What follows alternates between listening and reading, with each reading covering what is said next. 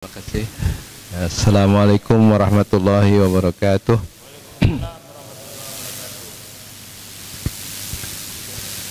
Alhamdulillahi rabbil alamin. Wabihi nasta'inu ala umurid dunya waddin. Wassalatu wassalamu ala sayyidil mursalin sayyidina Muhammadin wa ala alihi wa sahbihi ajma'in. Amma ba'du. Hadirin hadirat sekalian yang sama-sama dimuliakan Allah Subhanahu wa taala. Pertama-tama marilah kita panjatkan puji dan syukur kehadirat Allah Subhanahu wa taala yang telah memberi kita banyak sekali karunia yang kalau kita mau hitung-hitung niscaya tidak akan terhitung. Dan kita memang diminta oleh Allah Subhanahu wa taala untuk senantiasa bersyukur. Dan dijanjikan barang siapa yang bersyukur akan ditambah nikmatnya. Tapi yang tidak bersyukur, yang kufur kepada nikmat, maka Allah mengatakan inna azabi lasyadid, sungguhnya azabku amatlah pedih. Tentunya salawat, tentunya salawat dan salam juga kita tujukan sebagai ungkapan terima kasih kita kepada baginda Rasulullah SAW yang jauh dilahirkan di negeri sana, tetapi telah membawa kita ke jalan yang lurus insyaallah dalam agama Islam, dan semoga kita tidak meninggal kecuali dalam keadaan muslim. Wala tamutunna illa wa antum muslimun. Hadirin sekalian yang saya hormati dan mudah-mudahan sama-sama dimuliakan Allah Subhanahu wa taala. Pertama-tama saya mohon maaf juga karena kesehatan saya sebenarnya belum pulih ini. Jadi nanti saya semampunya saja. Kedua, saya kaget juga karena saya sebenarnya tadinya bersedia sebagai pendamping tambahan saja kepada yang intinya begitu. Ternyata Pak Abdurrahman Haki tidak bisa hadir. Karena itu ya saya akan menyampaikan bukan sebagai seorang ahli ya di bidang dakwah ini. Hanya berbagi saja, mungkin pengetahuan, barangkali ada manfaatnya buat kita dari apa yang akan bisa saya sampaikan. Dan yang akan saya sampaikan mungkin tidak seperti yang biasa-biasa ya, cerita tentang Nabi bagaimana itu. Tapi saya lebih kepada pengaruh peristiwa Mi'raj ini kepada pemikiran Islam pada umumnya, baik itu yang berkenaan dengan filsafat maupun kepada tasawuf. Bagaimana Isra Mi'raj ini mempunyai pengaruh yang besar sekali terhadap kegiatan intelektual dan juga spiritual ya, dalam bentuk zikir dan juga tasawuf. Tadi sudah dibacakan ayatnya yang berkenaan dengan Isra Mi'raj. Bismillahirrahmanirrahim. Subhanalladzi asra bi 'abdihi lailan minal masjidil haram ilal masjidil aqsa alladzi barakna hawlahu linuriyahu min ayatina innahu was-sami'ul basir. Maha suci Allah yang telah menjalankan asra itu membuat hambanya berjalan dari Masjidil Haram ke Masjid Aqsa yang diberkati sekitarnya untuk menunjukkan tanda-tanda kebesaran kami. Min ayatina, linuriyahu min ayatina, artinya untuk memperlihatkan kebesaran kami. Nah, ini ada yang menarik. Ada penafsiran dari Fajrul Rahman ketika bicara tentang Al-Aqsa, Masjid Aqsa. Menurut beliau Masjid Aqsa itu artinya masjid yang terjauh ya. Mungkin kita selalu menunjuk kepada masjid yang kubah kuning itu, sebenarnya itu dibangun setelah Nabi Muhammad ya.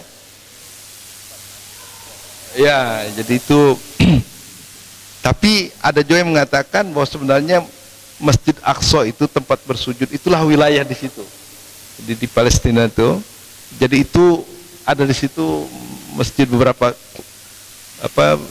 kompleks masjid. Dan yang Aqsa itu sebenarnya justru yang bukan kubahnya kuning itu, yang kubahnya hitam itu agak memanjang seperti itu. Tapi ada yang mengatakan Masjid Aqsa itu ya itulah kompleks itu. Saya tahun 2000 alhamdulillah saya berkunjung ke sana bersama rombongan almarhumah Hajat Suryani Tahir ya. Waktu itu saya diminta membimbing haji waktu 2000. Nah, dikatakan Al-Aqsa itu artinya yang terjauh. Tapi ditafsirkan sebenarnya itulah pengalaman Nabi melihat tanda-tanda kebesaran Allah di alam fisik, di alam dunia ini, di alam yang bersifat fisik. Jadi Nabi Muhammad telah mengalami satu pengalaman tentang dunia fisik di paling jauh yang bisa dicapai oleh manusia. Jadi Aqsa di sini tidak artinya satu tempat itu saja sebenarnya. Ya. Kemudian juga di ayat yang lain disebut Sidratul Muntaha, ya. Ya. Dari Aqsa ke Sidratul Muntaha. Dan sidrah itu biasanya ada pohon tertentu atau daun tertentu, dan muntaha itu juga artinya terakhir, ultimate, lottery namanya ya. Dan itu menunjukkan pengalaman Nabi Muhammad secara spiritual. Dan Nabi Muhammad bisa mencapai titik yang terjauh yang bisa dicapai oleh manusia. Disebut Sidratul Muntaha, ya, terjauh. Bahkan diceritakan bahwa Nabi Muhammad itu bisa melampaui kedekatannya kepada Allah daripada malaikat Jibril. Katanya malaikat Jibril mengatakan, saya sudah tidak kuat sampai di sini, silakan teruskan. Nah, berapa dekat dengan Allah itu dikatakan wa kana qaba qausain au adna. Tinggal kira-kira 2 tombak lagi, bahkan lebih dekat. Nah, tentu saja ini tidak bisa diukur secara tapi itu artinya menyimbolkan dekatnya. Begitu dekatnya Nabi Muhammad itu di hadirat Allah. Dan itulah pengalaman spiritual yang paling tinggi yang bisa dicapai oleh manusia. Dan itu pun sekaligus menunjukkan betapa manusia itu kalau sudah menjadi betul-betul manusia yang sempurna, al-insan kamil, itu bisa melampaui derajat malaikat. Waktu Nabi Adam diciptakan, malaikat kan protes. Kenapa menciptakan Adam, ya, manusia yang bakal menumpahkan darah? Kenapa? Bukankah kami ini bertasbih terus, ya? Ya, wa nahnu nusabbihu bihamdika wa nuqaddisu lak. Tapi kata Allah, inni a'lamu ma la ta'lamun.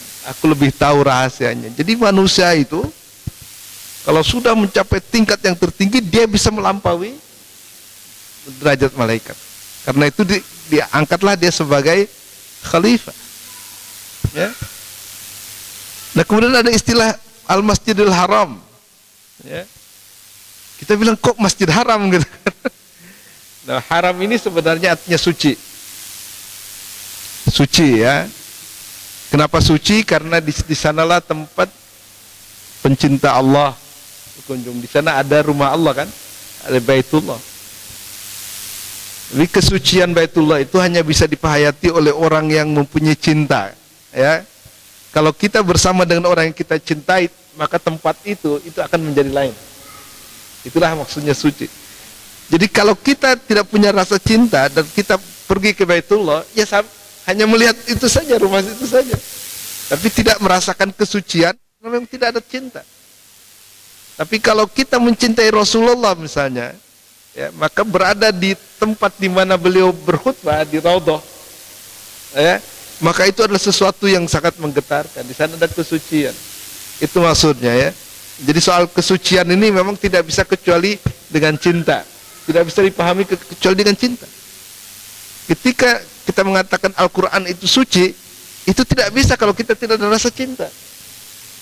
Tapi kalau kita ada rasa cinta, mendapat surat dari dari orang yang kita cintai, oh surat itu lain lagi tuh. Walaupun tulisannya jelek, itu tidak akan sama dengan surat-surat yang lain.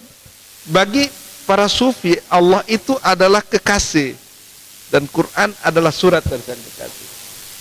Karena itu bagi para sufi, bagi para aulia itu luar biasa, nggak bisa disamakan saja dengan kitab-kitab yang lain. Walaupun secara lahirnya ya apa bedanya, ya kan? Sama aja kertas dan tinta, tetapi bagi para pencinta Allah itu akan merupakan sesuatu yang luar biasa. Nah itu maksudnya haram di situ sebenarnya bukan haram dalam itu ya, haram dalam arti ilmu agama itu adalah suci, sacred.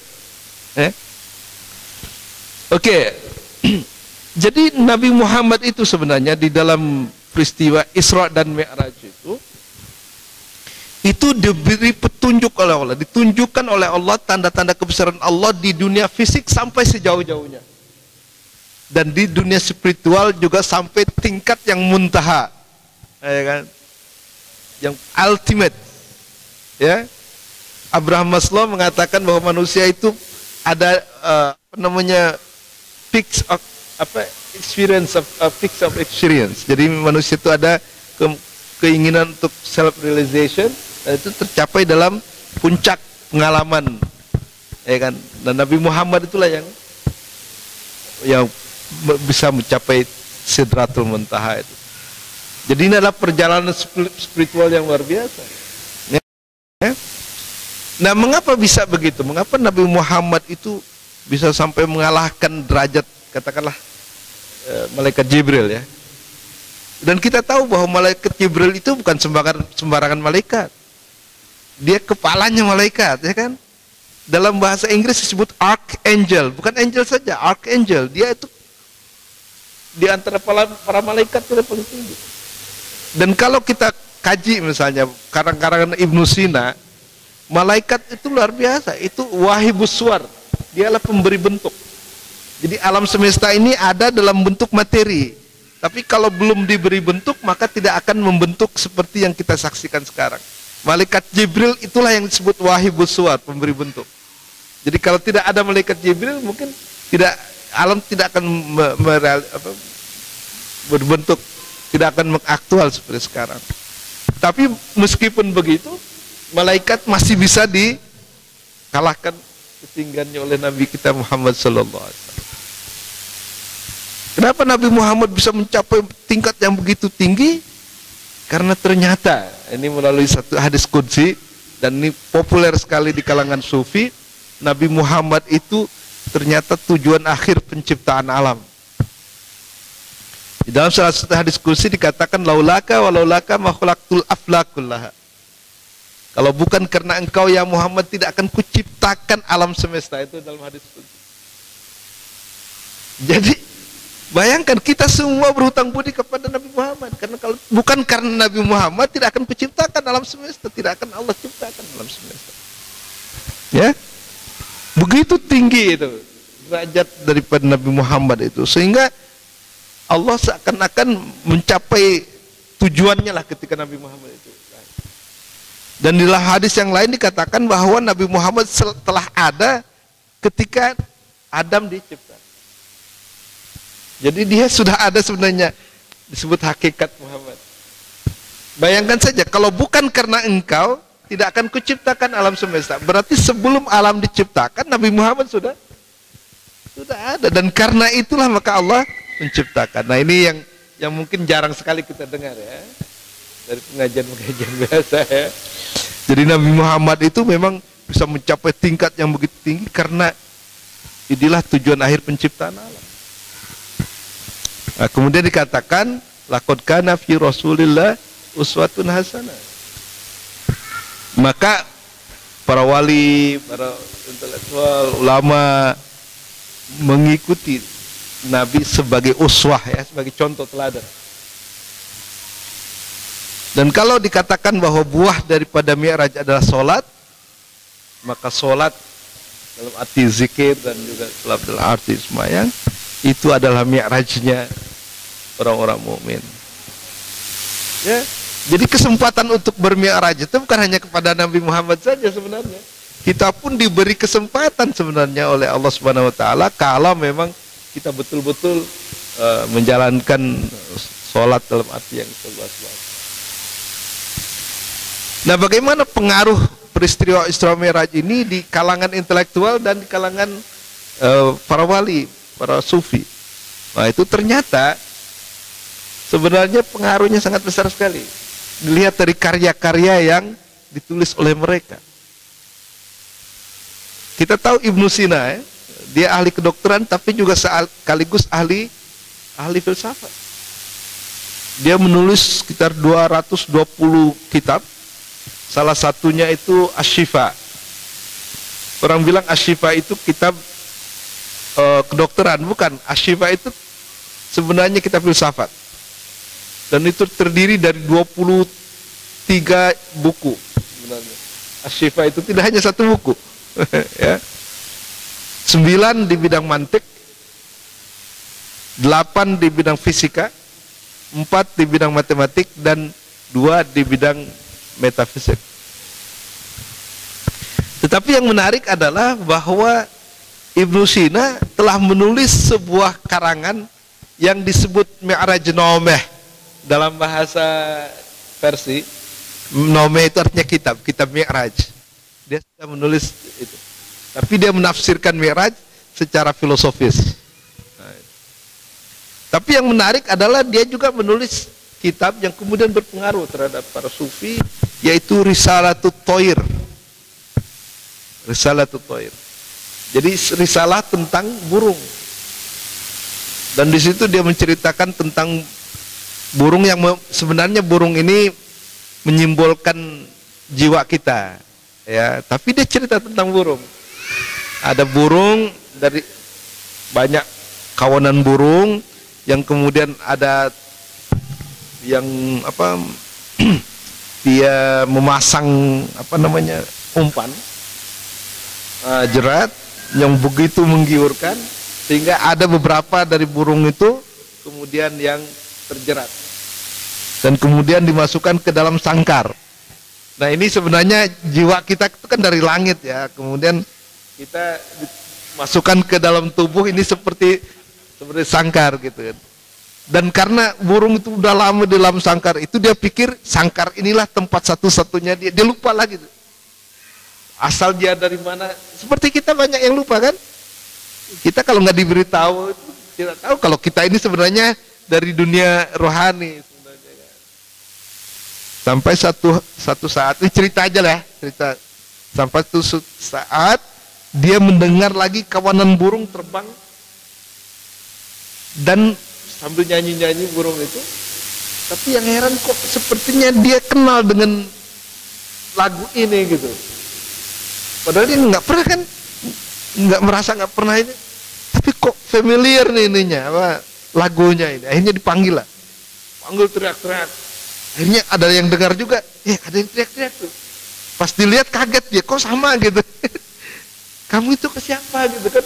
Aku ini siapa katanya. Dia bilang dan coba ceritakan kamu itu dari mana? Aku ini dari mana katanya. Nah, terus ceritakanlah sebenarnya kamu ini dari langit tuh, cuman kamu ini terjerat gitu. Sampai lupa katanya bahwa kamu itu berasal dari sana. Oh, dia bilang bisa nggak saya kembali ikut pulang katanya gitu kan. Nah, bisa tapi dengan perjuangan karena kamu kan kakinya dijerat kan. Jadi harus dengan perjuangan yang berat melawan sangkar fisik ini, tapi akhirnya berhasil juga pergi. Lalu setelah terbang agak lama gitu, dia bilang, ini mau kemana kita ini? Dia bilang, kita mau ke gunung yang tertinggi di dunia ini. Nah, tapi setelah dia mencapai puncak gunung itu, dia melihat ada lagi 8 puncak gunung yang di sana, di langit sana. Nah, akhirnya diajak pergi ke sana. Begitu dia naik ke langit yang kedua, dia bilang, indah sekali nih. Gitu. Indah sekali dan saya nggak pernah melihat di dunia ini, dia bilang, seindah ini gitu. Dia pernah dulu di sana ya, tapi lupa kan? Lupa. Dia bilang, ini saya tidak terbayang ini kalau masih ada yang lebih indah lagi. Ya, ini, saya sudah di sini saja katanya. Jangan, kamu itu masih harus sana. Nah inilah Mi'raj ya, Mi'raj. Kemudian dia naik ke yang ketiga, dia bilang, wah lebih indah lagi ternyata gitu kan. Sampai yang keenam, dia bilang, apalagi keindahan yang bisa ditunjukkan gitu. Lalu terakhir sekali dia melihat ada cahaya yang sangat kuat sekali, dan itu adalah raja burung. Ya, rajanya lah artinya gitu kan. Tapi itu kan menyimbolkan Tuhan ya. Begitu dia melihat wajahnya itu, lupa semua keindahan yang dia sudah lihat sebelumnya. Gitu ya. Nah itu pengaruh Mi'raj sebenarnya. Tapi ditulis dalam bentuk apa namanya gitu, narasi. Bayangkan. Tapi itu menunjukkan bahwa memberi optimisme kepada kita bahwa dunia yang akan datang itu ternyata jauh lebih baik daripada yang sekarang. Kan kalau kita kan nanti, aduh takut mati kan, karena dipikir apa nanti dunia yang akan datang itu kuburan gitu, gelap gitu. Enggak, sebenarnya dunia yang akan datang itu bukan kuburan, itu kuburan fisik kita. Kalau jiwa kita tuh, kalau menurut para filosof, kematian itu justru kelahiran rohani kita. Jadi kematian itu bukan akhir, itu baru justru lahirnya roh kita gitu, lahirnya jiwa kita, dan akan mengalami kehidupan yang jauh lebih panjang. Macam beginilah ya, kita lahir dari rahim ibu, iya, di rahim ibu itu kan 9 bulan ya kan. Nah, waktu kita di rahim ibu mungkin pikir apa yang ada lebih yang indah lagi katanya kan, daripada alam arham ini kan. Ternyata begitu keluar ini, wah melihat keindahan dunia ya, bukan main, ternyata lebih indah dan lebih panjang. Nah jadi begitu pandangan para filosof dulu ya. Filosof sekarang kan materialistis ya, kalau dulu mereka spiritual gitu. Jadi ternyata kematian itu bukan akhir, itu awal dari perjalanan yang lebih jauh lagi. Jadi semacam bandingan antara 9 bulan dengan 90 tahun lah, misalnya gitu. Dan ini di dalam Ikhwanus Sofa disebutkan seperti itu. Dan kita harus belajar katanya, karena kita banyak mendapatkan bayi yang cacat karena malnutrisi, karena kurangin dan sebagainya, maka jiwa kita pun bisa begitu. Kalau kita hidup di dunia ini kurang baik, maka bisa saja kita lahir, jiwa kita lahir dalam keadaan cacat, dan kemudian di akhir nanti tidak bisa menikmati keindahan alam sana ya. Oke. Kemudian itu Ibnu Sina, dan ternyata Ibnu Sina ini mempengaruhi ulama-ulama yang lain. Ada yang namanya Fariduddin Attar, dia seorang sufi yang besar dari Nisabur, Iran. Dia menulis Mantiqut Thair. Mantiqut Thair itu musyawarah burung-burung. Nah ini juga ada Risalatut Thair, tapi ini Mantiqut Thair. Oh bukan main itu, sangat menarik sekali. Ya, jadi ada seekor burung yang pernah ketemu dengan rajanya yang namanya Simurg. Simurg itu bahasa Persia itu. Ya. Dan dia mengajak burung-burung yang lain untuk terbang ke sana. Gitu. Maka dikumpulkannya dengan cerita yang sangat menarik, maka burung-burung semua jenis burung tertarik untuk pergi dengan dia. Gitu. Semua burung. Waktu terbang pertama katanya langit gelap karena tertutup oleh sayap. Sayap burung banyak sekali. Tapi ternyata perjalanannya melalui 7 lembah. Dan lembahnya ini lama panjang. Ya, ada lembah pencarian, lembah cinta, lembah pemahaman, lembah perpisahan, lembah persatuan, lembah keheranan, dan lembah pelepasan kematian.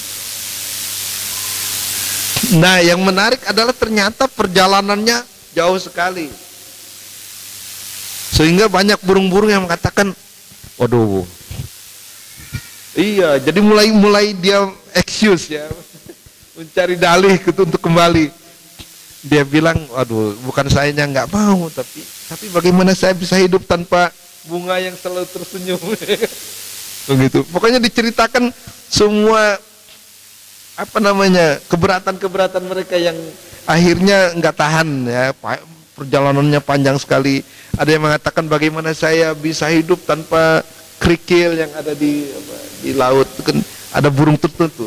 Jadi Fariduddin Athor ini sebelum menulis buku itu dia pelajari 300 burung dan dia pelajari karakternya. Dan di situ sebenarnya menceritakan karakter manusia, ya kan? Ya kan? Ada burung yang selalu dekat dengan bunga-bunga, dia tidak tahan kalau itu mungkin apa maknanya gitu. Ada yang makanan saja, yang sebagainya. Tapi burung yang membawanya itu dia bilang, iya tapi kita memang perlu sabar gitu.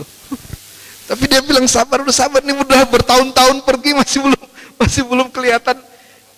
Dan itu ternyata baru menjelang selesainya satu lembah gitu, Pak. Sedangkan ada 7 lembah dan sebagainya.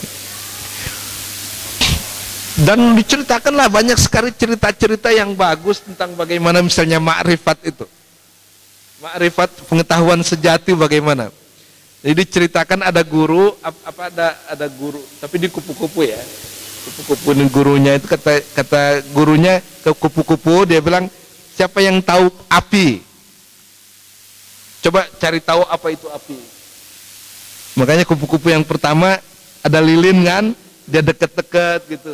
Wah, dia bilang saya tahu api pasti panas karena belum menyentuh saja sudah terasa panas.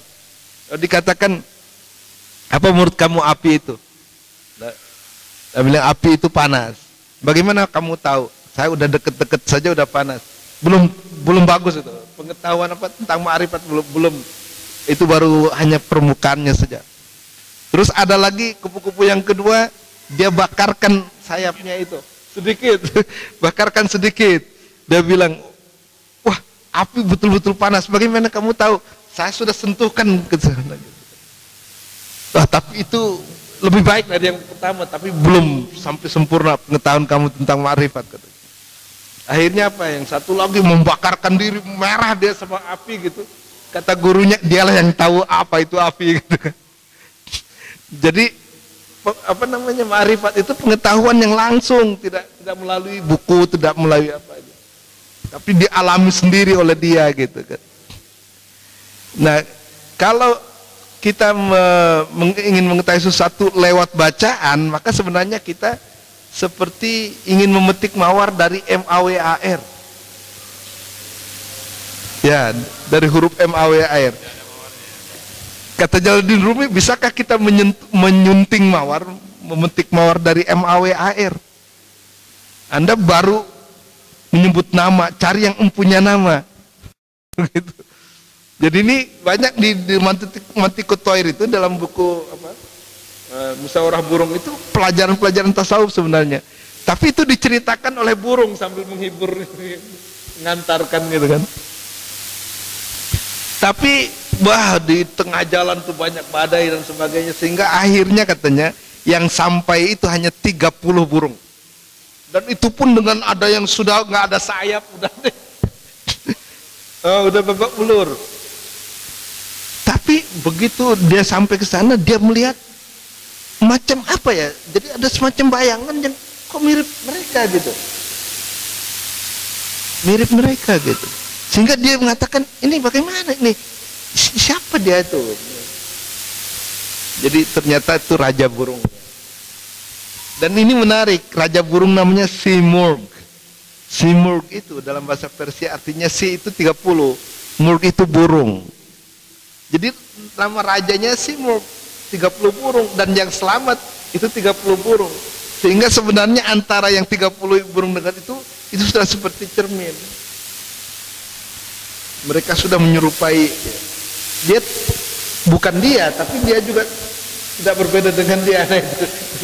Istilahnya gitu ya. Kalau manusia sudah menjadi cermin Allah, ya dia bisa menjadi manifestasi Allah. Hingga dikatakan misalnya dalam Al-Quran, wa ma ramaita iz ramaita walakinnallaha rama. Bukan engkau yang Muhammad yang melempar ketika engkau melempar, tapi Allah lah yang melempar. Kenapa? Dia menjadi mazhar tajali dari afal Allah. Tindakan Allah itu mengambil tempat pada Nabi Muhammad. Kenapa? Karena Nabi Muhammad tidak melakukannya karena hawa nafsunya, tapi karena Allah. Jadi kalau kita melakukan sesuatu semata-mata karena Allah, maka siapa pelaku yang sesungguhnya? Ya Allah. Ya kan? Dikatakan lagi dalam surat An-Najm ya, wa ma yantiqu anil hawa in huwa illa wahyu yuha. Karena Nabi Muhammad tidak berbicara dengan hawa nafsunya, maka apa yang dikatakan adalah wahyunya juga kan. Jadi inilah kalau manusia sudah menjadi cermin Allah, maka dia merefleksikan sifat-sifat Allah itu. Ya. Maka ada hadis juga mengatakan takhullaku bi akhlaqillah. Berakhlaklah dengan akhlak Allah. Kita menirukan sifat-sifat Allah. Misalnya di dalam Al-Qur'an dikatakan ahsinu kama ahsanallahu ilaikum. Berbuatlah baiklah kamu kepada sesama sebagaimana Allah telah berbuat baik kepada kamu. Jadi Nabi Muhammad itu memang bukan main. Dalam hubungan dengan Allah itu dia adalah seperti cermin. Apa yang dilakukannya itu mencerminkan sifat-sifat Allah. Jalaluddin Rumi di dalam Masnawi mengatakan ketika kebun mawar telah musnah, kemana kita mencari semerbak mawar? Kemana coba? Kalau kebun mawarnya nggak ada, tapi kita mau mencium mawarnya, di mana? Dalam air mawar. Tahu air mawar? Ya parfum yang dibuat dari air mawar. Jadi Nabi Muhammad itu adalah air mawar yang walaupun dia bukan mawar, tapi dia memberi semerbak mawar. Jadi melalui Nabi Muhammad kita bisa mengenal Allah. Ya dengan wahyu dan sebagainya. Ya. Jadi dia esensi itu, jadi dialah yang membawa kabar tentang Allah kan. Ya. Jadi sebagai air mawar dia bisa menyerbakkan mawar. Walaupun kita nggak bisa melihat mawarnya kan Allah kan tidak terlihat. Tapi sifat-sifat Allah itu bisa dilihatlah dari ya. Oke. Nah, kemudian kita lihat lagi dalam tokoh-tokoh yang lain ya. Di dalam tasawuf itu ada istilah maqamat. Maqamat itu adalah makam-makam ya, artinya stasiun-stasiun yang dicapai oleh salik ya, yang melakukan suluk kepada Allah. Dan itu juga sebenarnya mengaruhi Mi'raj juga kan? Itu mendekati Allah gitu secara spiritual. Dan banyak sekali tokoh yang merumuskan maqamat itu, ada Kalabazi, ada Kusyairi, ada Al-Ghazali ya kan. Walaupun mereka memberi nama berbeda-beda tapi tujuannya sama. Sebenarnya itulah pengaruh dari Mi'raj, perjalanan spiritual Nabi Muhammad kepada para tokoh-tokoh itu. Misalnya Al-Ghazali mengatakan bahwa ada 6 maqam misalnya. Taubat, kemudian sabar, kemudian fakir, kefakiran, kemudian zuhud, kemudian tawakal, kemudian mahabbah dan ridho. Itu adalah dari Al-Ghazali. Dan kalau kita pelajari satu-satu bukan main tuh. Ya dalam Ihya Ulumuddin itu ada taubat itu apa, tingkatan taubat apa, ya kan? Taubat yang betul yang bagaimana, syarat-syaratnya apa. Kemudian sabar bagaimana? Fakir itu kefakiran. Tapi kadang-kadang kita salah ya. Maksudnya fakir itu seolah-olah miskin, nggak punya. Bukan itu. Sebenarnya fakir itu artinya orang yang membutuhkan. Jadi kita ini fakir ilallah. Jadi merasa tidak punya apa-apa dan tidak ada artinya apa-apa, tidak akan bisa berbuat apa kecuali dari pertolongan Allah gitu. La haula wala quwata illa billah gitu. Jadi kefakiran itu bukan miskin dalam arti ya. Tapi ada juga yang salah mempraktekkan. Jadi kemudian tawakal dan sebagainya. Jadi ini adalah kalau menurut saya ini pengaruh daripada itu juga tuh Mi'raj ya. Kemudian ada tokoh lain, yaitu ada Jalaluddin Rumi ya, Al-Ghazali, kemudian tadi Fariduddin Aktor dengan Mantiqut Thair. Jalaluddin Rumi itu pernah mengatakan begini, dia mengkritik orang yang terlalu pasrah ya, dan salah mengartikan tawakal. Jadi dia cerita tentang hewan. Kalau di Masnawi itu banyak cerita sebenarnya. Jadi dia ada hewan-hewan yang mencerminkan orang yang lemah, ya, yang fatalistis, yang pasrah. Kemudian berbicara dengan singa, dan singa ini adalah mewakili sufi. Jadi bagi Jalaluddin Rumi, sufi itu harus hebat gitu, harus kayak singa gitu, dimana binatang yang lain memakan sisa makanannya gitu. Jadi binatang-binatang yang biasa lemah itu, dia mengatakan kepada singa, ya singa, dia bilang, raja, kan raja rimba ya dia, ya raja, dia bilang, bukankah katanya kita ini seperti keluar dari mulut buaya masuk ke mulut harimau katanya kan, artinya tidak ada daya gitu kan. Dan bukankah tawakal sangat dicintai oleh Allah Subhanahu Wa Taala gitu, kata sang singa yang mewakili pemikiran Rumi. Ya betul katanya, tawakal itu sangat dicintai oleh Allah. Tapi ingat, Allah itu memasang tangga di depan kita. Mi'raj itu, tangga itu ya. Mi'raj. Dan tangga itu bukan untuk kita lihat saja, tangga itu harus kita daki sampai ke puncaknya. Anda diberi tangan, kenapa enggan direntang? Anda diberikan kaki, kenapa dibiarkan lumpuh? Sesungguhnya kata Jalaluddin Rumi, kalau sang Tuhan memberikan alat kepada hambanya, maka hambanya harus tahu apa yang dilakukan. Kalau ada pembantu kita diberi cangkul, ya harus tahu. Allah memberi semua alat-alat ini untuk digunakan. Kenapa enggak direntang? Kenapa dibiarkan lumpuh? Gitu kan? Ya, jangan menjadi Jabariyah katanya ya. Karena orang Jabariyah itu seperti orang tidur di tengah jalan. Dia bilang jangan tidur di tengah jalan, pergilah sampai ke tempat yang kita tuju, ya kan? Pergilah sampai gerbang sang raja. Di situ baru tawakal. Karena kalau di gerbang raja nggak bisa sembarangan ya, harus ada izin dulu gitu.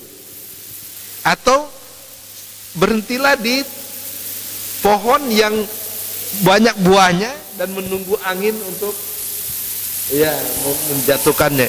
Tapi jangan tidur di tengah jalan. Ini perbuatan orang yang Jabariyah katanya ya, yang fatalis. Seperti itu. Jadi itu juga inspirasi oleh Mi'raj itu. Jadi Mi'raj itu adalah tangga, dan kita harus menggunakan kekuatan kita untuk mencapai kesempurnaan itu. Tokoh lain yang juga dipengaruhi oleh cerita Mi'raj itu adalah Ibnu Arabi. Ya. Ibnu Arabi itu dia pernah menulis kitab Risalatul Anwar.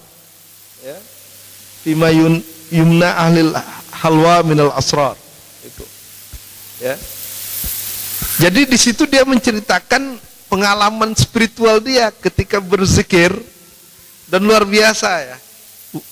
Sangat menarik sekali bukunya. Itu sudah diterjemahkan dalam bahasa Inggris, The Journey to the Lord of Power ya, oleh Jerahi. Nah, diceritakan bahwa ketika dia berzikir dengan sangat intens, tiba-tiba dia dibawa ke dunia mineral, batu-batuan. Jadi semua batu-batu itu memperkenalkan kepada dia tentang apa namanya, warnanya, apa manfaatnya, dan apa mudaratnya dan sebagainya. Sekarang ini di Indonesia lagi demam batu. Tanya Ibnu Arabi, tahu dia. Karena batu itu datang sendiri kepada saya katanya. Jadi dia tidak perlu belajar ke ilmu material ya, fisika dan sebagainya. Ternyata pengalaman batin hati manusia itu bisa mengenal itu dengan cara yang luar biasa. Kemudian jangan berhenti di situ katanya. Dia terus berzikir. Akhirnya dia masuk ke dunia tumbuhan. Dan semua tumbuhan, ya kan, tidak perlu pergi ke farmasi, nggak perlu belajar itu. Dengan berzikir saja itu semua tumbuh-tumbuhan memperkenalkan dirinya, manfaatnya, mudaratnya dan sebagainya diperkenalkan secara intuitif kepada Ibnu Arabi. Dan terus ke dunia hewan, ke dunia ini, sampai ada saya hitung 23 dunia yang dia lampaui itu. Di dalam buku itu ada 20, sampai dia sampai fana dan sebagainya, dia berjumpa dengan Tuhan sampai dia kembali. Dan itu adalah juga pengaruh dari Mi'raj itu. Jadi para sufi itu karena cintanya kepada Rasul, maka dia pun dan menjadikan Rasul sebagai teladan, maka di dalam dunia spiritual mereka pun mencoba begitu, ya kan? Mencari. Jadi dan mereka menunjukkan pengalamannya. Sebenarnya makomat itu ditulis setelah mereka mencapai, kan. Tapi jalannya, namanya kadang-kadang berbeda-beda. Jadi Kusyairi dan Kalabazi misalnya dengan Al-Ghazali lain-lain namanya, tapi sebenarnya intinya sama saja. Jadi karena ada personal experience, jadi lain ya. Misalnya mau ke Surabaya, ada yang lewat mana, ada. Tapi ujung-ujung sama juga, ya kan? Seperti itu. Jadi Isra Mi'raj itu bukan main pengaruhnya kepada ulama-ulama dulu itu. Kalau kita cuma dengar-dengar saja begitu kan, tapi itu menjadi inspirasi menulis buku dan sebagainya. Ya. Banyak orang yang menulis tentang itu. Jadi ada juga yang namanya Ibnu Sattar, ya, Ismail Mahmud As-Sattar, Ibnu Sattar. Dia menulis tentang 9 tempat persinggahan. Nah itu diceritakan juga pengalaman spiritual tuh.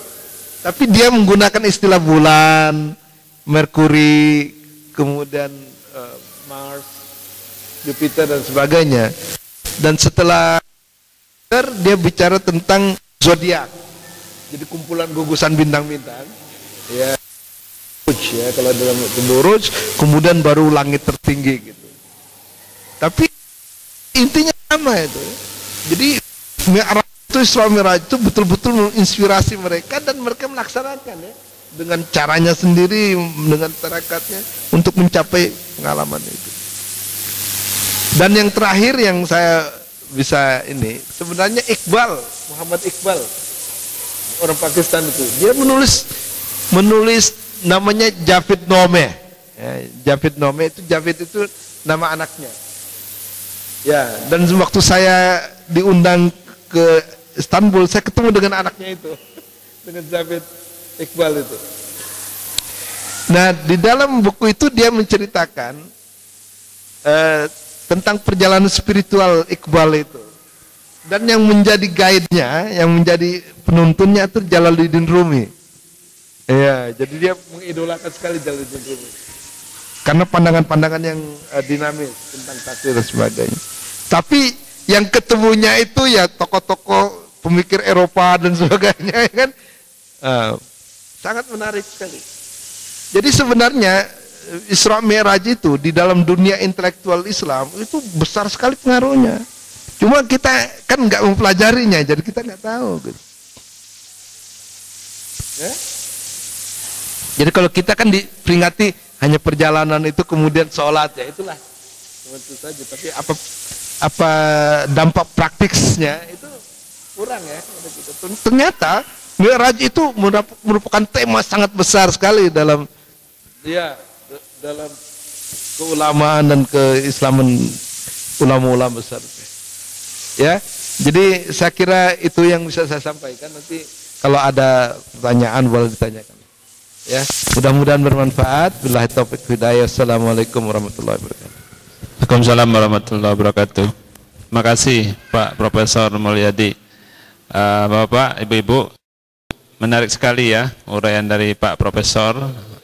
agak lain ya daripada yang lain, ceramah-ceramah yang lain. Memang beliau lebih ya arahnya condong kepada tasawuf, filsafat dan pengalaman-pengalaman rohani tadi diceritakan ulama-ulama terdahulu. Pengalaman spiritual ya. Kita banyaknya pengalaman kita yang realistik ya. Pengalaman rohani kita masih sangat sedikit. Jadi tadi Pak Profesor sudah menceritakan beberapa pengalaman spiritual, rohani ulama-ulama terdahulu. Rupanya ulama terdahulu itu ulama, mereka juga intelektual, saintis juga luar biasa. Baik, mungkin kita tanya jawab aja biar lebih puas lagi ya. Silakan ibu-ibu, kalau ada pertanyaan dipersilakan. Ya, Ustaz Samsul, Pak Nabil, Pak Rusdi. Assalamualaikum warahmatullahi wabarakatuh, Prof. Sebetulnya mana yang mendekati atau paling tidak disebut dengan hakikat itu ya, apakah yang termasuk di dalam golongan ahli syariatnya atau yang tadi disebut dengan kaum sufinya itu tadi, Pak? Ya, yang lebih dekat lah kepada hakikat yang sebenarnya. Ya, yang kurang dengar ya. Ya, kita kan ada disebut dengan ahli syariat, ada juga ahli hakikat gitu kan. Jadi yang mana yang lebih mendekatinya? Apakah percampuran daripada syariat dan yang sufi-sufi itu dan sebagainya lah, sufistik ya? Ya, oke ya, bisa. Mungkin pertanyaannya pun menunjukkan nggak paham betul-betul ini. Terima kasih Prof. Ini tausiahnya sangat bermanfaat.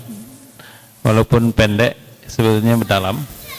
Dan kalau diceritakan panjang mungkin berminggu-minggu nggak selesai kali ya. Baik, saya ingin bertanya tentang langit. Jadi di dalam hadis disebutkan Rasulullah itu pergi Mi'raj ini itu melalui langit 1, 2, 3 sampai 7. Di setiap langit itu beliau berjumpa dengan Nabi, misalnya langit pertama dan Nabi Adam, langit 7 Nabi Ibrahim, sampai akhirnya beyond, itu yang kata Prof tadi, Sidratul Muntaha. Yang ingin saya tanyakan, apa yang dimaksud langit di sini?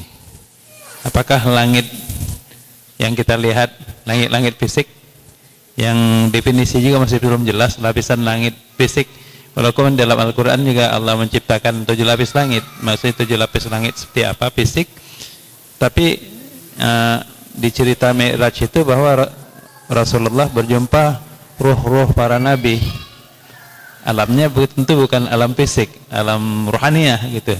Hingga yang dimaksudkan Mi'raj dalam langit-langit di dalam Mi'raj ini langit yang apa gitu. Kemudian ingin penjelasan lebih lanjut mengenai Sidratul Muntaha. Ini banyak juga di ayat Al-Quran tentang Sidratul Muntaha. Kemudian disebutkan di surat An-Najm itu di sana ada Jannatul Ma'wa. Jadi Jannatul Ma'wa. Jadi jannah yang dimaksudkan di sana itu dunianya dunia lain, jannah yang waktu Nabi Adam diciptakan, ataukah jannah yang lain lagi? Yang dilihat Rasulullah, tentunya Rasulullah terkagum-kagum melihat suatu ciptaan yang maha hebat gitu kan. Gitu. Terima kasih. Ya, ini komplain juga Pak, speakernya kurang jelas ya. Saya dengerin ceramah Pak Ustadz tadi perlu full konsentrasi supaya paham ya. Nggak tahu nanti pengurus ini mengimprove sound systemnya bagaimana ini. Ya, tidak jelas. Jadi pertanyaan saya, Assalamualaikum warahmatullahi wabarakatuh. Ya. Pertanyaan saya berkaitan dengan Isra Mi'raj juga. Dalam Isra Mi'raj digambarkan bahwa Allah itu jauh, tempatnya jauh, ya kan? Jadi di langit ke-7 ya. Tapi dalam Al-Quran juga disebutkan bahwa Allah itu dekat. Jadi sedekat urat leher kita gitu ya. Atau pada saat sholat juga kita harus lihat Allah seolah-olah dekat dengan kita. Jadi bagaimana menjelaskan ini bahwa dalam satu sisi jauh gitu kan, tapi juga dekat gitu. Terima kasih. Wassalamualaikum warahmatullahi wabarakatuh. Oke, ini pertanyaan yang menurut saya bagus-bagus semua nih. Dan sulit-sulit dijawab. Tentang hakikat dan syariat, ada juga disebut tarekat dan sebagainya. Sebenarnya gini, Ahmad Syirhindi itu yang sebagai apa? Iya. Oh gitu. Ahmad Syirhindi telah pernah menulis bahwa murtiyah syariat itu sebenarnya meliputi bukan hanya fikih tetapi juga tasawuf. Artinya gini, bukan hanya aspek fisik tetapi juga aspek spiritual gitu.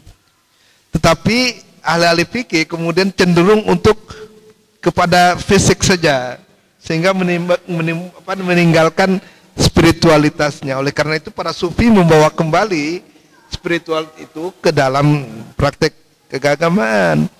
Kalau kita misalnya baca Ihya Ulumuddin itu seperti kitab fikih sebenarnya, ada toharo, ada sholat dan sebagainya. Tetapi bedanya adalah bahwa selain dia bicara tentang bagaimana membersihkan, bagaimana berwudu dan sebagainya, bagaimana membersihkan fisik, dia juga berbicara tentang bagaimana membersihkan hati gitu. Ya.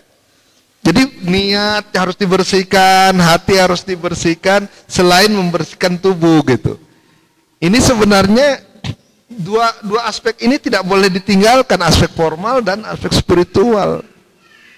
Ya, justru orang-orang sufi itu seperti Al-Ghazali ingin menyatukan kembali dua hal yang dipisahkan. Karena kalau di kita udah biasa tuh, kalau namanya syariat kemudian ke fikih larinya. Tasawuf itu bukan syariat gitu kan. Nah, sebenarnya syariat itu tidak bisa dipisahkan dari hakikat lah istilahnya. Hakikat itu sebenarnya tasawuf. Ahli tasawuf itu biasanya nyebut ahlul hakikat. Dan itu juga sebenarnya ada implikasinya. Ketika dia bilang hakikat, maka dia bilang yang hakikat itu yang benar-benar ada itu hanya Allah. Yang lain ada tapi tidak hakiki. Ya kan? Makanya ada istilah wahdatul wujud, kesatuan wujud. Artinya yang betul-betul ada itu Allah. Yang kita itu adanya pinjaman. Kalau enggak ada Allah, kita enggak bakal ada. Tapi disebut wajibul wujud. Kalau Allah itu wajibul wujud li zatihi. Kalau kita mungkinul wujud li zatihi. Wajibul wujud li ghairihi. Kalau kita adanya itu karena yang lain. Karena kita enggak punya wujud sendiri yang asli, maka kita dikatakan sebenarnya kita tidak ada dalam arti yang sesungguhnya. Ya kan? Maka ketika orang mengatakan saya ada, Tuhan ada, maka seolah-olah dia menduakan gitu kan. Jadi kita ini seperti bayangan, wajah kita dan bayangan, ya kan? Ini ada yang menarik nih. Katanya kalau Allah itu ada, kenapa nggak bisa dilihat? Sedangkan yang ada, yang kita bisa lihat katanya tidak ada. Bagaimana itu? Nah, kalau kita lihat cermin, ya kan, kita bisa melihat wajah kita nggak? Tapi mana yang lebih nyata sebenarnya? Wajah yang terlihat apa wajah yang tak terlihat? Yang tak terlihat kan? Ya seperti itulah Allah katanya kan? Iya, yang kita lihat itu kan bayangannya, yang asli kan nggak kelihatan. Kalau orang hanya mengatakan saya hanya percaya pada apa yang dilihat, dia nggak percaya pada wajahnya dong, dia percaya pada cerminnya. Dan ketika ditanya Ibnu Arabi, kenapa kalau Allah ada tidak terlihat? Dia bilang itu bukan karena dia ini, karena terangnya. Kalau terlalu terang, nggak kelihatan. Kata Al-Ghazali, kita nggak bisa melihat oleh dua hal. Satu oleh karena kegelapan, dan yang satu karena terang. Allah itu sangat terang. Karena terangnya nggak terlihat. Ketika kelelawar terbang di siang hari, dia nabrak tembok, kenapa itu? Terlalu terang, bukan karena nggak cahaya. Bukan nggak cahayanya nggak ada. Ada cahaya terlalu terang, jadi nggak kelihatan. Nah, dia bilang kalau alam ini adalah cermin daripada Allah, lalu Allahnya pergi, kira-kira ada nggak cermin di cermin? Kalau wajah kita jauh dari cermin, kelihatan nggak? Begitu ada cermin, berarti itu ada wajah. Jadi selama alam ini ada, berarti itu tanda kehadiran Allah. Karena kalau Allah meninggalkan kehadirannya sedetik saja, hilanglah alam dunia ini, ya kan? Tapi kalau ditanya, apakah karena wajah kita ada di cermin, kemudian di sini ada, berarti wajah kita dua? Tidak dong. Makanya hanya satu, ya kan? Kata Ibn Arabi, wajah satu, cermin 1000. Jadi kelihatan banyak. Tapi yang banyak itu sebenarnya nggak ada, kan? Nah itu. Maka Al-Halaj mengatakan, ana al-haq. Aku adalah Tuhan, katanya. Tapi maksudnya gini, aku ini tidak ada, yang ada hanya Tuhan. Kalau saya mengatakan saya Al-Halaj dan engkau Tuhan, berarti ada dua wujud gitu. Jadi nggak pantas bayangan mengatakan aku ada, kan? Nggak pantas gitu. Makanya kalau orang yang mengerti, kata Jalaluddin Rumi, ucapan Al-Halaj itu sebenarnya itu sangat tawadhu, bukan sombong. Orang yang nggak mengerti menganggap, oh dia mengatakan saya Tuhan, sombong berarti. Dia bilang kalau yang mengerti nggak begitu ngertikan. Saya ini nggak ada, yang hanya ada Tuhan. Ya ini, ya itulah yang namanya hakikat, ya. Jadi ketika dia mengatakan alul hakikat, itu karena dia mencari yang hakiki. Misalnya kehidupan mana yang lebih hakiki? Ya kan? Dunia kah atau akhirat? Ketika akhirat maka dia meninggalkan kesenangan dunia. Nah, sekarang mana yang cermin? Mana yang real? Dunia yang kelihatan kah atau mana keindahan yang hakiki? Keindahan Tuhan kah? Keindahan alam? Ketika dia tahu bahwa yang keindahan alam ini hanya cermin dari keindahan Allah, maka dia bilang yang harus dicari yang Allah dong. Jangan yang keindahan yang ada di sini. Maka mereka nggak peduli dengan keindahan ini. Dia yang dicari adalah, karena apa? Keindahan alam ini hanya bayang-bayang. Jadi kalau kita mengejar dunia, mengejar bayang-bayang, dan kita nggak bakal dapat apa-apa, ya kan? Maka kalau orang sufi udah mengerti hakikat, dia yang dicari yang hakiki. Kalau kita nggak mengerti, kan? Jadi yang dicarinya yang bayangan, makanya nggak bahagia-bahagia, kan? Karena kalau nangkap bayangan itu nggak bakal dapat. Nah, di zuhud juga begitu. Walaupun nanti ada zuhud itu bukan artinya meninggalkan dunia juga. Tidak mencantelkan dunia di dalam hati. Nah, itu. Karena Jalaluddin Rumi itu seorang sufi tapi tinggalnya di istana. Iya, dia ayahnya ulama besar, dijadikan penasihat raja, tapi dia adalah sufi. Karena dia tidak masukkan itu. Tapi bukan berarti bahwa dia kemudian meninggalkan apa? Ke gua-gua gitu. Ya. Dia bilang tugas manusia adalah menegakkan keadilan. Kalau dengan sendirian bagaimana adil? Jadi dia kritik tuh orang sufi-sufi yang sebelumnya yang meninggalkan dunia itu. Bukan itu. Uzlahnya. Dia bilang mau sabar dengan siapa kalau sendirian? Nah, kalau punya istri, bisa sabar dengan istri, nah itu sabar. Itu baru sabar dengan siapa? Adil kepada siapa kalau sendirian? Jadi kalau adil itu memang harus jadi pemimpin dan dia adil, ya kan? Jadi seperti itu. Nah, itu zuhud ya. Jadi ada penafsiran yang dinamis sebenarnya. Ya. Nah, itu. Jadi hakikat dan syariat itu tidak boleh ditinggalkan. Kalau saya mengatakan syariat ini seperti bangunan ini, ya kan? Dan hakikat atau tasawuf itu adalah perhiasan. Nah, sekarang mau menggantungkan perhiasan di mana kalau nggak ada bangunannya? Iya kan? Ada perhiasan tapi nggak ada yang dihiasnya, kan? Jadi nggak bisa dipisahkan.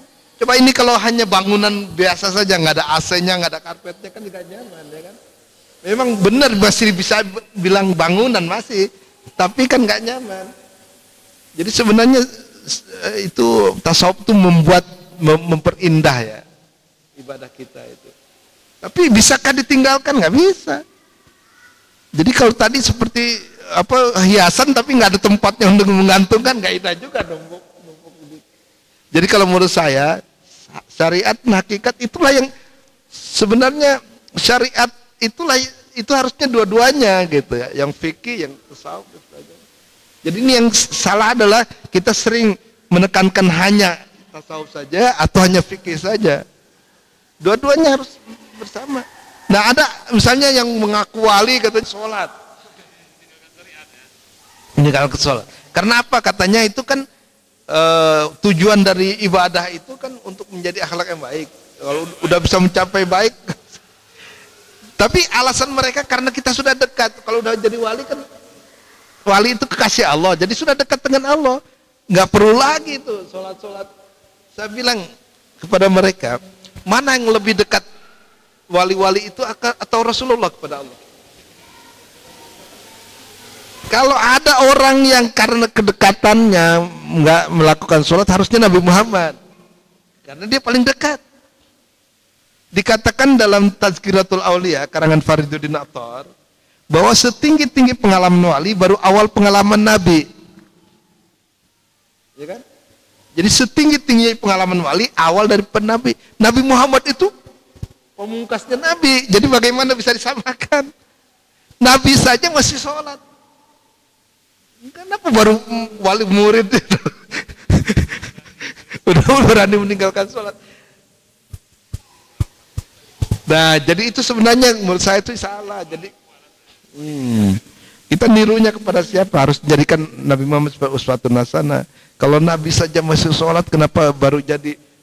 Iya kan? Nah, oke. Yang ke Pak Nabil, bagaimana ini? Apakah Mi'raj itu fisik atau non fisik? Ya, kalau berpikir sederhana sih, ya apa yang nggak bisa diperbuat oleh Allah ya, mau dengan fisik mau fisik.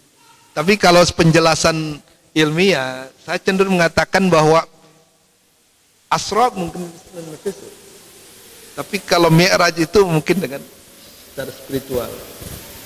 Karena apa? Karena ada banyak yang menunjukkan itulah, ya. Misalnya beliau menjadi imam dengan nabi-nabi yang lain itu, iya, berbagai mungkin secara fisik, ya kan. Dia juga berjumpa dengan nabi-nabi di langit dan sebagainya.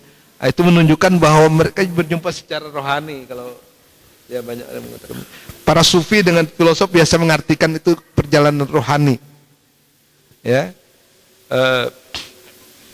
Sangat singkat. Dan kalau kita tahu sebenarnya, kita tahu betapa luasnya alam semesta ini, bukan main, luas sekali. Kita pikir misalnya ya, bahwa pertama kan kita ada tata surya ya, di mana matahari dan 9 planet itu berputar. Itu aja sudah luas banget.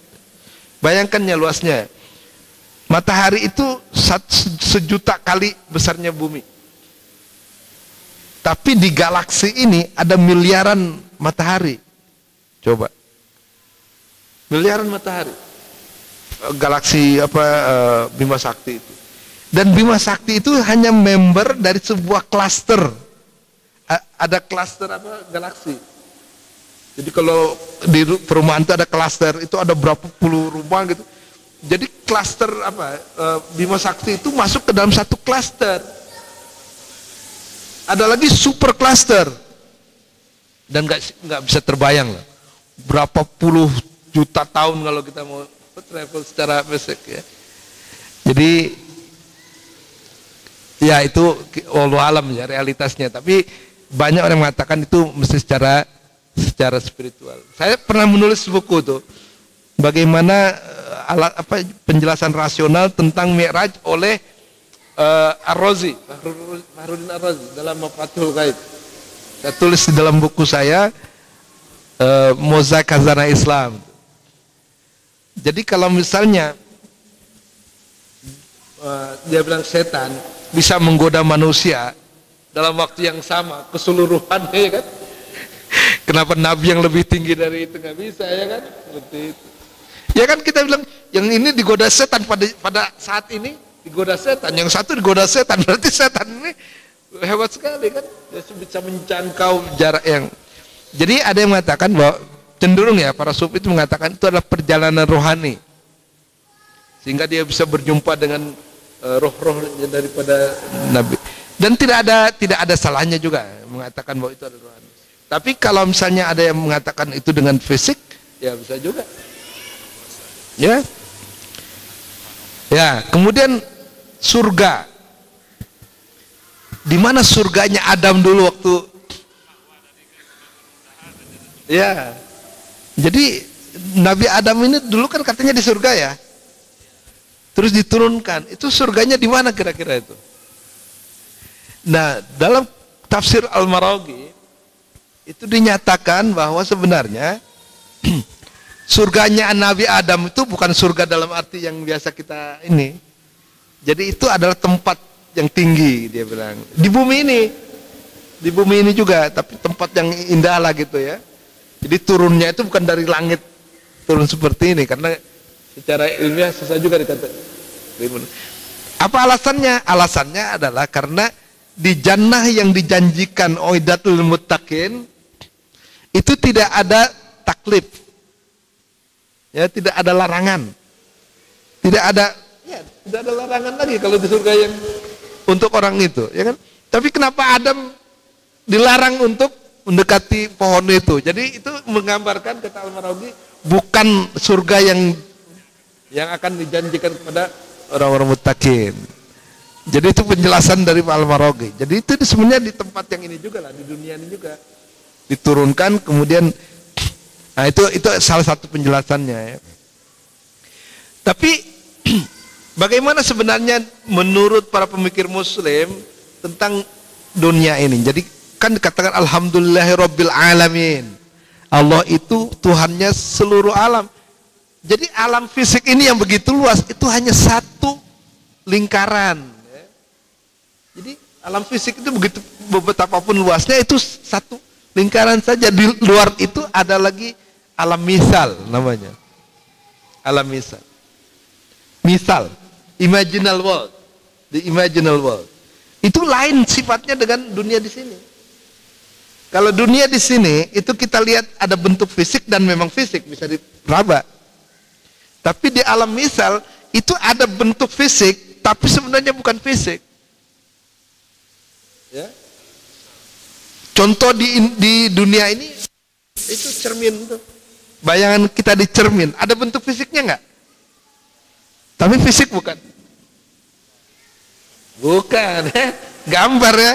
Nah, ada dunia tuh, di dunia barzah, di alam misal itu seperti itu. Ya, di mana yang spiritual di material, kan yang materi di spiritual kan. Ya, kita pernah dengar nggak nih? Pernah dengar nggak ada bahwa amal kita itu nanti di alam barzah itu ditunjukkan sebagai pemuda yang ganteng atau apa gitu? Ya, itu pasti bukan dunia ini. Jadi, ya, karena itu yang di sini nggak kelihatan, yang spiritual itu dibentukkan di sana, ya kan? Seperti itu. Tapi yang spiritual ya dibentukkan seperti gini. Bagaimana terjadinya pewahyuan? Wahyu. Kan malaikat itu kan spiritual, sedangkan nabi kan fisik. Bagaimana itu bisa terjadi? Itu terjadi di alam misal itu. Jadi nabi yang sudah bisa menguasai menundukkan fisiknya, dia masuklah ke dalam alam misal itu. Dan malaikat Jibril yang rohani ke situ sudah mengambil bentuk sehingga bisa dilihat sebagai orang dan sebagainya, ya kan? Pernah nggak Nabi melihat malaikat Jibril, ya kan? Catat. Walaupun dia sebenarnya bukan fisik betul, tapi terlihat gitu. Ya, terlihat. Karena apa? Yang spiritual itu bisa mengambil bentuk fisik. Al-Quran yang sejati itu di Lauh Mahfud itu belum ada huruf, belum ada suara. Tapi bagaimana Nabi bisa mengerti? Di alam misal itu ketemu membentuklah suaranya, ya kan? Terbentuklah tulisannya dan sebagainya. Nah, jadi di alam spiritual, di kosmologi Islam itu dia mengenal bukan hanya satu bentuk fisik. Ada di atas itu ada namanya alam misal. Di atas alam misal ada alam jabarut. Nah, alam jabarut itu alam rohani. Ya, di alam rohani itu memang tidak kelihatan apa-apa. Kalau itu kan tadi masih ada bentuknya ya, walaupun bukan fisik. Di alam rohani itu jabarut itu tidak ada bentuk. Ya. Tapi di atas itu masih ada lagi sebenarnya kan. Namanya alam lahut. Lahut. Alam sifat-sifat Allah. Ada lagi hahut, alam namanya alam zat Allah. Jadi masih yang segitu luas itu hanya masuk satu lingkaran saja. Ada lagi, nah itulah betapa luasnya alam semesta ini, ya kan? Kemudian yang itu apa tadi lupa? Dekat dan jauh, ya. Nah, saya sudah menulis buku nih, Lentera Kehidupan, insya Allah akan diterbitkan oleh Mizan. Dan saya bicara di situ tentang imanensi dan transendensi Tuhan, ya. Transendensi dan imanensi. Transenden itu artinya dia berada di luar, beyond. Tapi imanen dia di dalam. Gitu. Bagaimana Allah itu bisa dikatakan dekat, tapi juga bisa dikatakan jauh? Bagaimana menjelaskannya? Nah, saya ada gambar di situ. Bumi dan matahari di belakangnya. Ya kan? Nah, sekarang kalau dikatakan matahari hadir nggak di waktu siang? Hadir. Begitu hadirnya sampai itu mempengaruhi kulit kita kan? Tapi walaupun hadir, dia itu di bumi atau di luar bumi? Ya. Jadi di satu pihak dia hadir, tapi dia juga jauh juga, ya kan? Nah, bagaimana dengan Allah? Allah mengatakan innallaha ala kulli syai'in muhit. Allah meliputi segala. Jadi kalau meliputi, ya jelas ada di dalamnya juga gitu. Kalau meliputi kan begitu. Tapi kalau hanya meliputi bumi kecil banget ya. Jadi harus meliputi alam-alam yang lain juga. Karena itu bisa dikatakan dia jauh. Di dalam Al-Quran juga dikatakan dia menciptakan langit dan bumi ini dalam 6 hari. Sumastawa alal ars yudabbirul amr. Ya. Jadi dia naik singgasana dan mengatur urusan dari langit ke bumi. Jadi memang kadang-kadang ada transendennya juga gitu. Bahwa Allah itu digambarkan jauh gitu. Tapi ada imanannya juga. Kan dikatakan wa iza sa'alaka ibadi anni fa inni qarib. Ujibu da'watad da'i gitu. Ya kan? Wa nahnu aqrabu ilaihi min hablil warid. Nah, sekarang kalau misalnya ini katakanlah ini ya. Ini Allah meliputi. Kita ada di sini. Maka kalau dia ada di dalam kita juga kan? Dia dekat dengan kita, tapi dia juga jauh juga kan? Karena dia besar kan? Karena dia besar, maka dia bisa dikatakan jauh, tapi sekaligus juga dekat. Nah, ini ada istilah paradoks ya. Karena dia meliputi semua. Nah, kalau dia hanya meliputi bumi, berarti dia tidak meliputi langit, ya berarti kecil dia. Tapi kalau dia meliputi langit, berarti meliputi bumi juga. Jadi dekat juga dengan kita. Tapi jauh juga. Nah, para filosof dengan sufi itu berbeda pendekatannya. Kalau filosof menggunakan akal, maka Allah digambarkan jauh, ya kan? Jadi kalau Ibnu Sina mengatakan dari Allah itu nanti ada akal pertama, akal kedua, akal ketiga sampai akal ke-10, baru lahirlah bumi ini. Jadi kalau mau mencapai Tuhan dia harus melalui akal-akal jauh itu. Tapi kalau sufi dia menggunakan hati, ya kan? Iya, maka Allah kemudian ditemukan di dalam dirinya. Jadi Jalaluddin Rumi dalam syairnya mengatakan, dari ujung ke ujung salib aku telusuri, dia tidak ada sana. Ya, aku tanya Ibnu Sina, dia di luar jangkauan dia. Ya, kudaki bukit, kuturuni lembah, dia tidak ada di sana. Kunjungi pagoda tempat memuja, dia tidak ada sana. Ku kelok tali kekang, ku buru Ka'bah tempat bertirah, tidak ada di sana juga. Tapi aku kaget begitu aku melihat ke dalam dirinya, aku menemukannya di sana. Jadi dia ditemukannya di dalam hati. Kenapa dia menggunakan hati? Kalau pendekatan akal biasanya memilah-milah, ada antara subjek, ada objek. Jadi Allah jadikan objek, makanya jauh. Kalau hati itu tidak bisa dipisahkan. Benar nggak? Kalau kita kangen sama orang, suami kita misalnya ada lagi tugas di mana, jauh nggak tuh? Ya tapi dekat di hati, ya kan? Teringat terus, ada terus, terbayang terus, gitu kan? Nah itulah dia. Jadi ada pendekatan hati yang itu di mana Allah bisa dekat, tapi ada juga pendekatan akal di mana Allah bisa dekatkan transenden, ya. Jadi sebenarnya nggak kontradiksi. Macam begini ya. Kalau saya dikatakan ada di sini sekarang tapi ada di sana juga di tempat yang lain, bisa nggak dikatakan saya satu? Nggak mungkin. Kalau di sini katakan saya ada di sini dalam waktu yang sama ada di Jakarta, berarti saya dua. Tapi Allah ada di mana-mana, tapi kok bisa satu? Satu kan Allah kan? Tapi ada di mana-mana kan? Nah itulah. Karena dia besar. Kalau matahari, waktu siang ada nggak di Brunei ini? Matahari di waktu siang. Di Jakarta ada nggak? Di Irian? Ya. Tapi banyak nggak? Karena apa? Karena besar dan tingginya. Allah lebih besar dan maha tinggi, ya kan? Karena itu dia ada di mana-mana. Nah itulah Tuhan. Jadi kalau Tuhan itu lain, tidak bisa disamakan dengan yang lain. Ya, kalau menurut kita nggak masuk akal ya.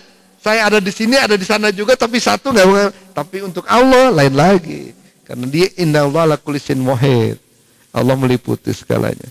Jadi begitulah pemahaman kita tuh harus luas ya. Sehingga tidak bingung gitu kan. Nah insya Allah buku saya akan terbit nih. Dan itu menjawab semua pertanyaan-pertanyaan muskil ya. Ada pertanyaan-pertanyaan sulit yang biasanya orang yang belajar filsafat jadi bingung gitu. Nah, jadi saya menulis untuk mereka yang kebingungan. Insya Allah nih ya. Oke, ada lagi terserah. Alhamdulillah, sekali lagi jazakumullah khairan katsiran. Terima kasih pada Bapak Profesor Mulyadi atas uraiannya pada malam hari ini. Mudah-mudahan kita tercerahkan ya.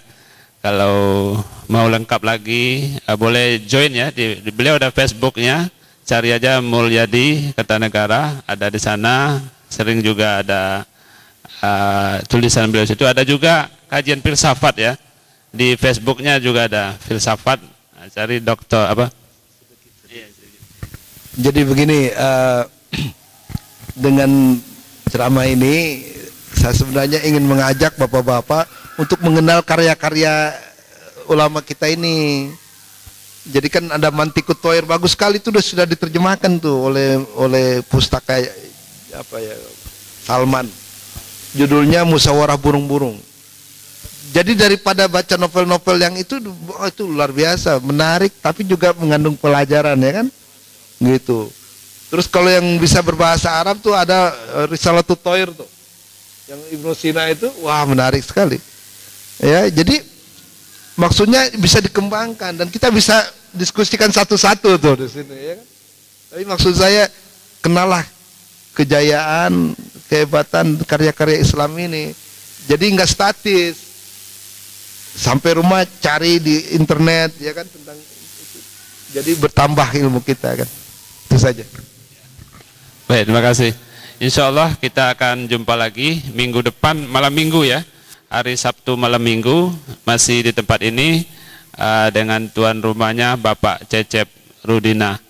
Dan malam hari ini kita ucapkan terima kasih kepada tuan rumah kita Bapak Ruli Amrullah beserta keluarga. Sekali lagi terima kasih atas kehadiran Bapak Ibu-ibu semuanya. Mohon maaf kalau ada kekurangan.